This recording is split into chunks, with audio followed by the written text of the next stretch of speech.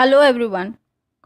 Today we are going to start with a very interesting topic of company law, which is share. What is share and what are different kinds of share under Companies Act 2013?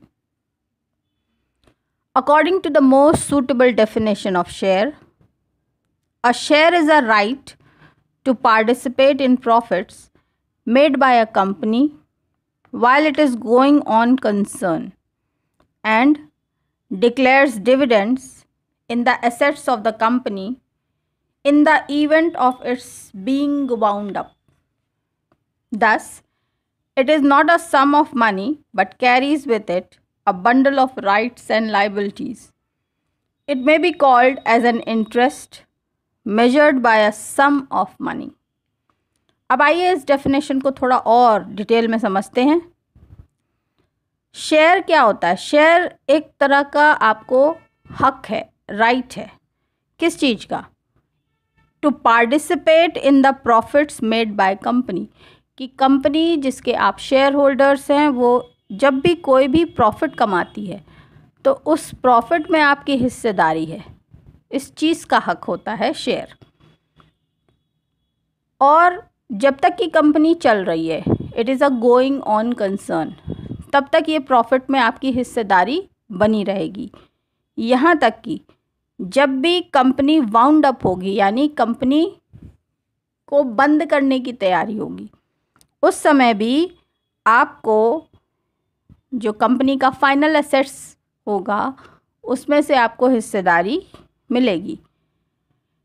तो इस तरह से हम ये समझते हुए कहेंगे कि it is not a sum of money, ये सीधा सीधा पैसा तो नहीं है, लेकिन इसके साथ बहुत सारी ड्यूटीज़ भी होती हैं, लाइबिलिटीज़ भी होती हैं और राइट्स भी होती हैं। आप उस कंपनी के सुख और दुख दोनों के हिस्सेदार बन जाते हैं और ये एक तरह का इंटरेस्ट है, एक तरह का आपका फ़ायदा है जो कि पैसे के टर्म्स में मेजर किया जा सकता है। तो कंपनीज एक्ट 2013 क्या कहता है? सेक्शन 2 सबसेक्शन 84 के हिसाब से share means a share in share capital of the company and includes a stock. इसमें स्टॉक इंक्लूडेड होता है। अब शेयर कैपिटल आपको पहले पता है, बता चुके हैं हम प्रीवियस वीडियो में, कि सेक्शन 43 के हिसाब से according to section 43 share capital can be equity share capital और preference share capital. Equity share capital क्या होता है? It is a share capital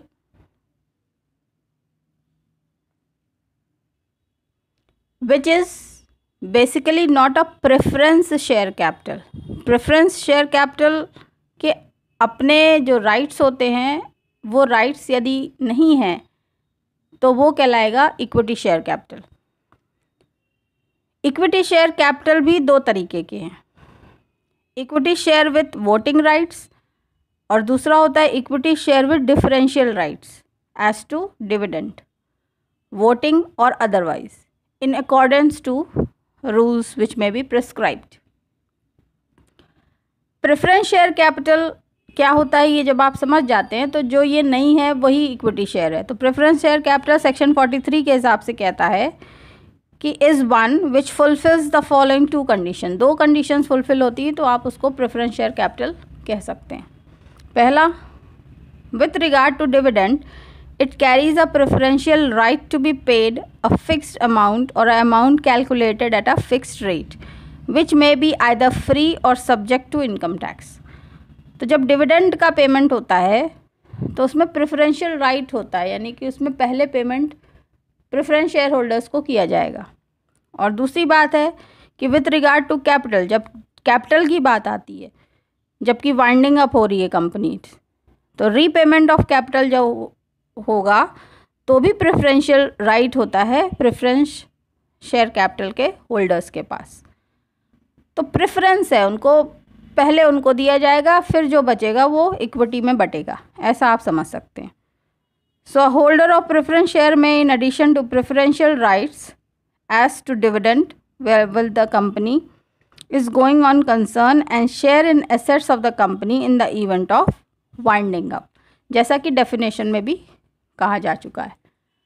अब प्रेफरेंस शेयर्स के जो टाइप्स हैं, काइंड्स हैं, वो 4 बड़े क्लासिफिकेशन है. पहला है क्यूमुलेटिव या नॉन क्यूमुलेटिव, दूसरा होगा पार्टिसिपेटिंग और नॉन पार्टिसिपेटिंग, तीसरा होगा रिडीमेबल और इररिडीमेबल, और चौथा कहलाता है कन्वर्टेबल और नॉन कन्वर्टेबल प्रेफरेंस शेयर्स.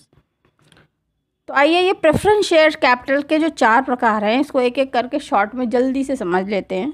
पहला है क्यूमुलेटिव और नॉन क्यूमुलेटिव प्रेफरेंस शेयर्स.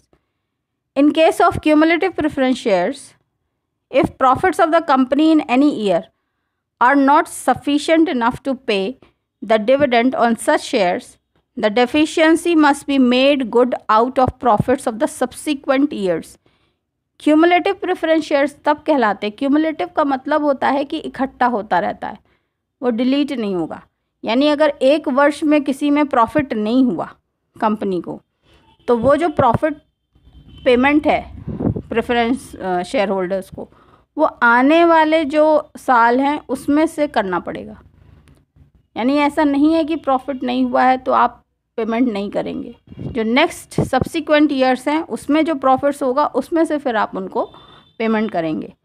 अगर नॉन क्यूमुलेटिव प्रेफरेंस शेयर्स हैं तो द डिविडेंड, जो डिविडेंड होता है, it is payable only out of the net profits of each year. उसमें फिर आगे के साल जो आएंगे, ईयर्स जो आएंगे, उसमें से कोई भी प्रॉफिट उनको पेमेंट का प्रोविज़न नहीं होता है. दूसरी बात या दूसरा टाइप था participating and non participating. Participating preference shares are those shares which are entitled to fixed preferential dividend and in addition they carry with them a right to participate in surplus profits along with the equity shareholders after dividend at a certain rate has been paid to the latter.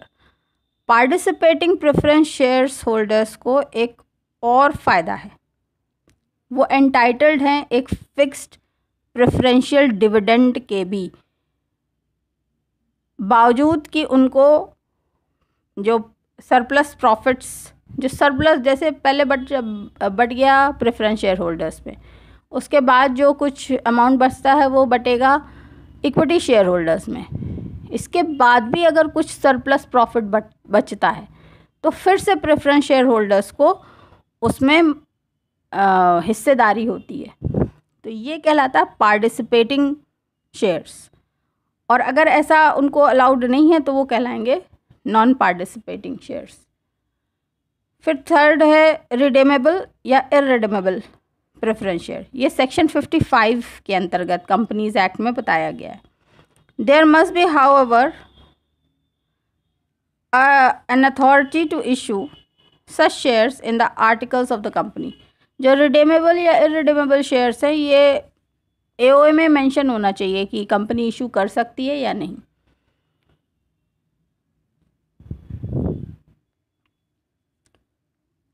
कुछ conditions होती हैं इसमें, कुछ restrictions exist करते हैं with regard to fund out of the shares which can be redeemed. पहली बात, preference share to be redeem must be fully paid up shares. ये फुल्ली पेड अप शेयर्स होने चाहिए जो रिडीमेबल शेयर्स हैं. These shares can be redeemed only out of profits of the company which would otherwise available for dividends or out of proceeds for the fresh issue of shares made for the purpose of redemption. तो these shares can be redeemed only out of profits of the company, और किसी अन्य तरीके से इनको redeemable नहीं होते हैं ये. Where the shares are redeemed otherwise that out of proceeds of fresh issue, a sum equal to the nominal amount of the share redeemed shall be transferred out of profits which would otherwise have been available for dividend to the capital redemption reserve account. तो CRR account maintain करना पड़ता है अगर redeemable shares होंगे और इसमें उस पैसे को ट्रांसफ़र करना पड़ता है. चौथा और आखिरी है कन्वर्टेबल और non convertible preference shares. The holders of the convertible preference shares have a right to get their preference shares converted into ordinary equity shares within a specified period और a specified date. तो जो convertible होते हैं shares और preference share holders जो ऐसा करना चाहते हैं तो within a specified date आप उसको कन्वर्ट कर सकते हैं, तो ये कहलाते हैं कन्वर्टेबल शेयर्स। और अगर ऐसा नहीं अलाउड है तो फिर वो नॉन कन्वर्टेबल प्रेफरेंस शेयर्स हैं। एक और तरह का शेयर है डेफर्ड शेयर्स कहते हैं हम। तो डेफर्ड शेयर्स क्या होते हैं? They are also sometimes called as founder share which are usually allotted to the promoters of the company in consideration of their services rendered by them in bringing about the company. तो deferred shares वो founders लोगों को जो shares allot होते हैं जिन्होंने उस company को खड़ी करने में बड़ी मेहनत करी है उनके लिए होते हैं, तो उसको कहते हैं deferred shares। ये promoters of the company के लिए होते हैं और जो उन्होंने सर्विसेज कंपनी को दी हैं उसको उस मकाम तक पहुंचाने के लिए उसके लिए उनको इशू किए जाते हैं। So this was a short lecture regarding the shares and its type. I hope this is going to be of help to you in your studies. This is Kirti Vishkarma signing off. Bye bye for now.